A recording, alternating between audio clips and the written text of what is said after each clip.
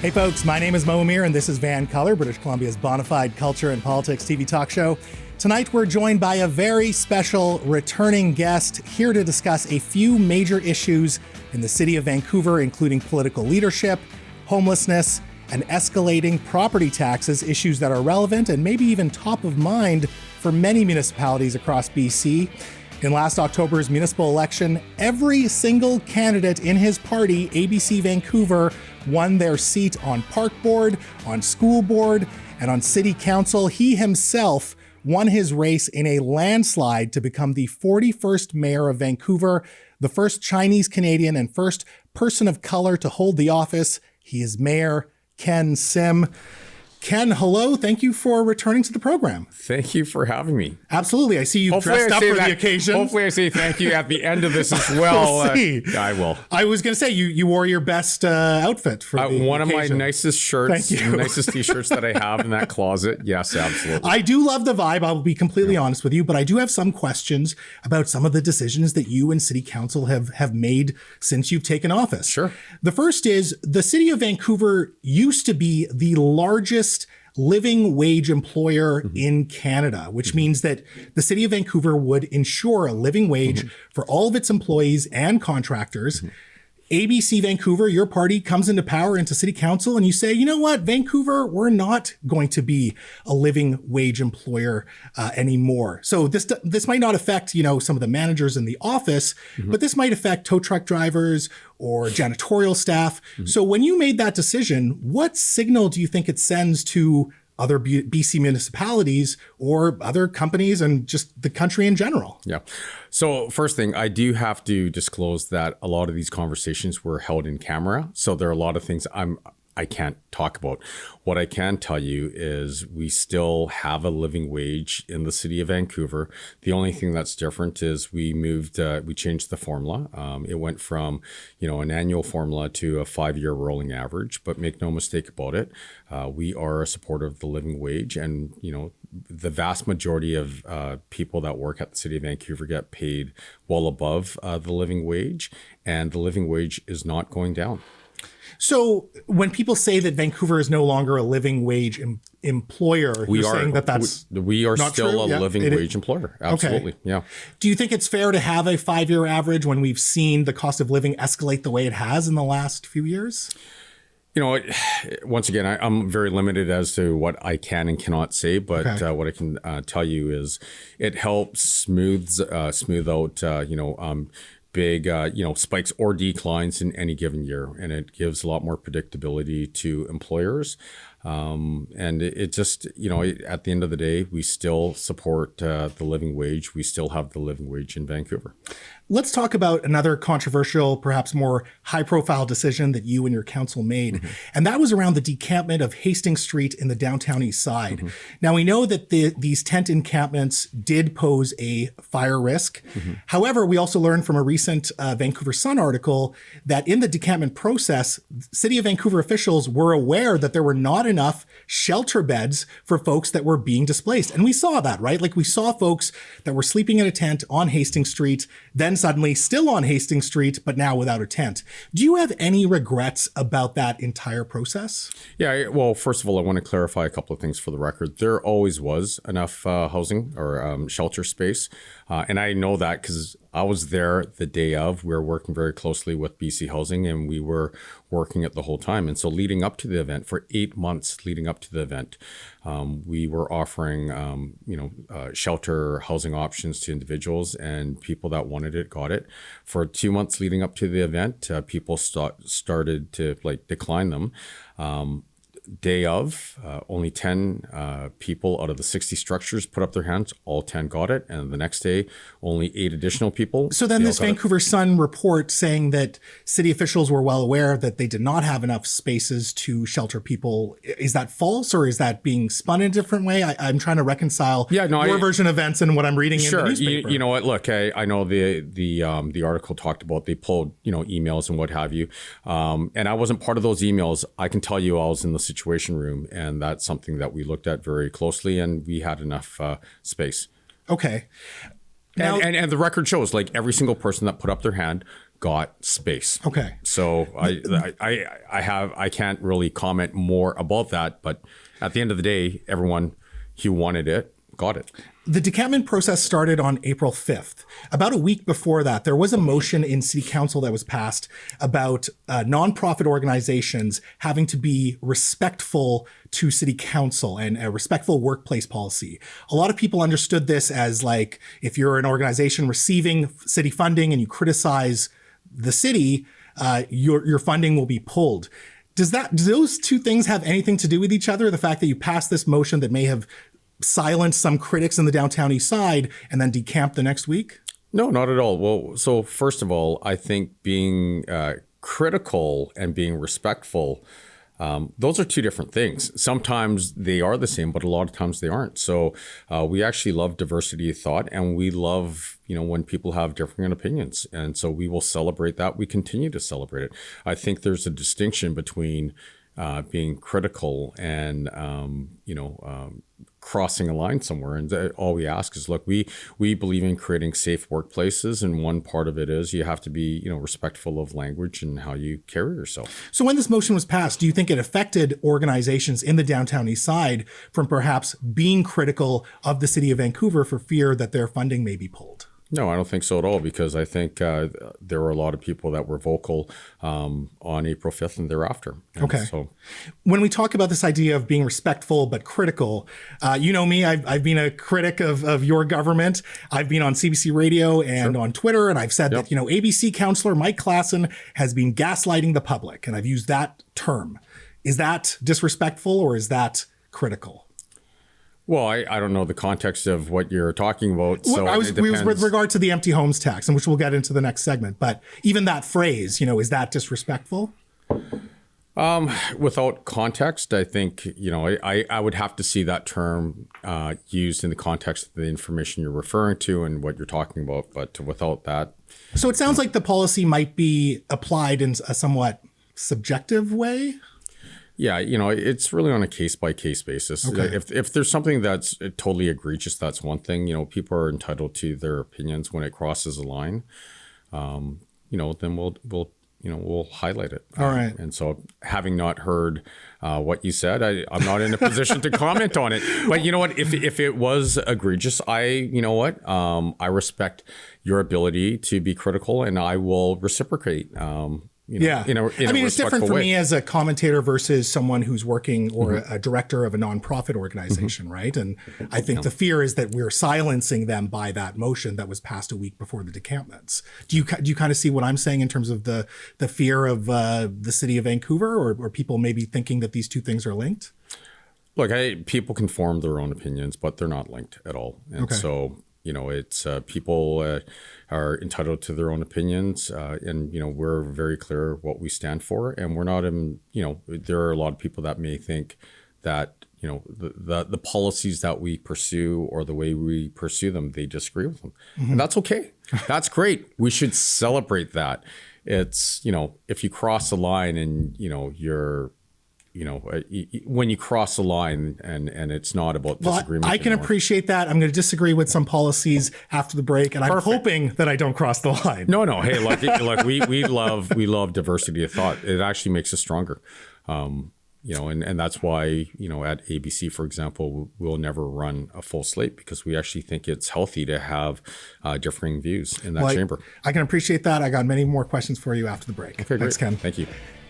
Folks, stick around, because after some business, Mayor Ken Sim will explain why the city of Vancouver's property taxes are up, but the city's empty homes tax is down.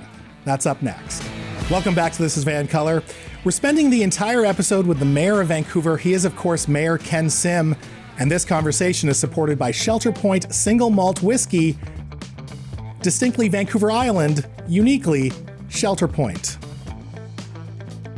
Wow, that was a tongue twister. I made it, though. You should get bonus points for being able to say that on your first try. You just like to butter me up, so I take it easy on you. I'm trying to take time off the clock. I could see that. Okay, real talk. Yep. When you were on the campaign trail, you were talking about how you were going to go through the budget line by line and you were going to find efficiencies. You told everyone that you were a black belt in lean.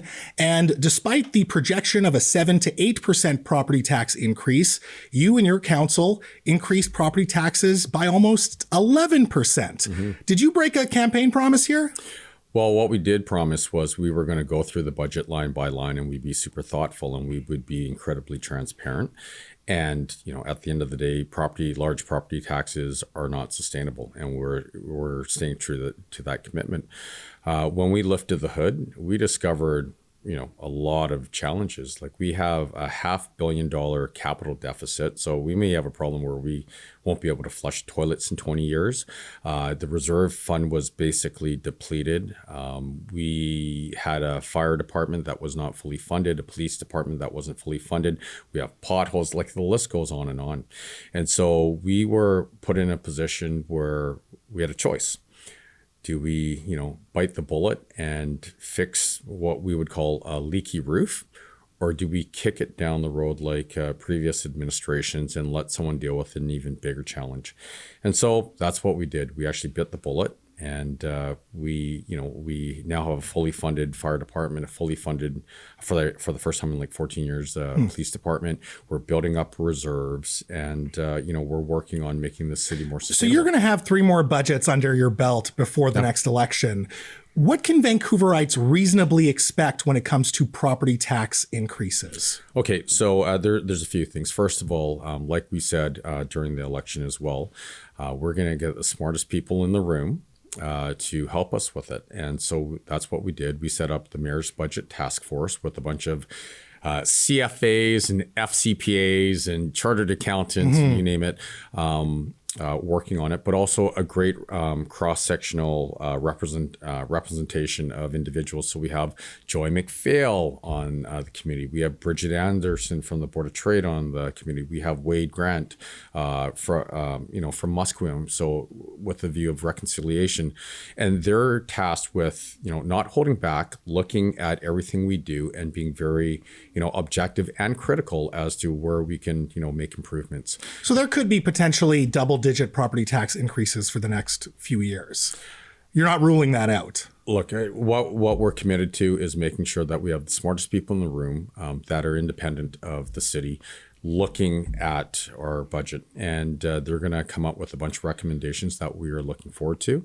And I do want to put out there that, well, 2 things. First of all, while the city of Vancouver collects taxes for everyone, half of the taxes we collect aren't actually City of Vancouver taxes. They're not in the control of the City of Vancouver, like Metro, TransLink, the provincial school tax. And so some of the increases that you see actually have nothing to do with the City of Vancouver. Okay. But what we do is we can control what we can control, and we're going to be incredibly diligent on that. And, I do want to say as well as, while optically sometimes and don't get me wrong, big property tax increases are not sustainable.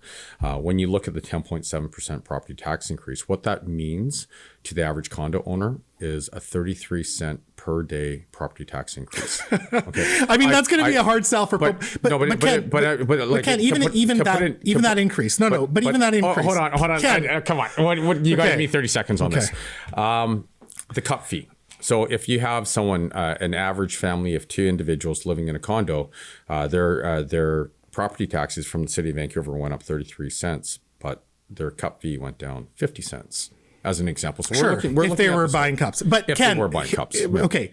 Ken, how do you justify to property owners in Vancouver that their property taxes are going to be increased 10.7%, but at the same time, the empty homes tax, which was slated to go up 5%, you actually brought back down to 3%. So on one hand, property owners are paying more in property tax, but people who are keeping empty homes actually have more exemptions and their tax is lowered. How do you justify that to Vancouverites? Okay, so you have to look at these 2 things individually. And so when you look at what is the goal, what do we need to do? We need to build as much housing as quickly as possible. I think we can all agree on that. Okay. And we want to get more housing stock out there. So when you actually look at the empty homes tax, The recommendation was to keep it at 3. So we just kept it at 3. But it was slated to be increased. Yeah. And if you look at how do we build more housing faster, it's if you keep it at 3, there's 2 things going on. What the data shows us that if you increase it by 5, now people are incented to play games, and they'll actually take housing out of the rental pool housing. That's the first thing. The second thing is what we want to do is we want to create an environment where builders of all types, there's an environment where they're incented to build more faster. And so how much more is going to be built by keeping the empty homes tax at 3%? Because you just said that you looked at the data. Do you know?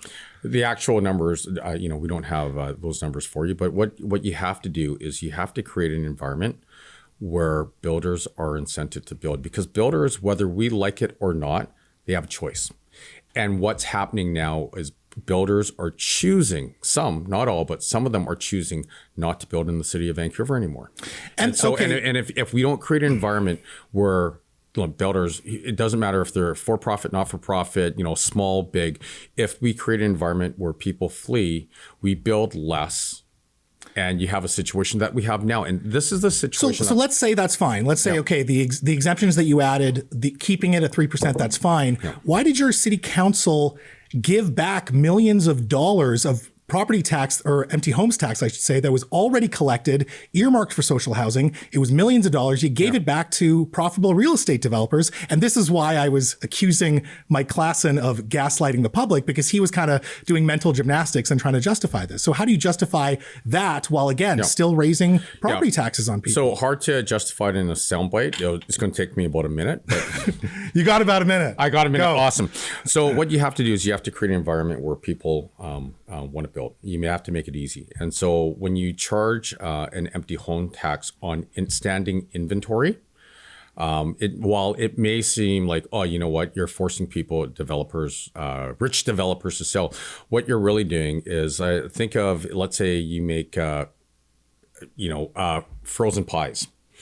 And you tell people, I get changing the tax structure, but why give them money retroactively? No, but that's why I have to it takes me a minute to explain it, because it's so hard to explain in a soundbite.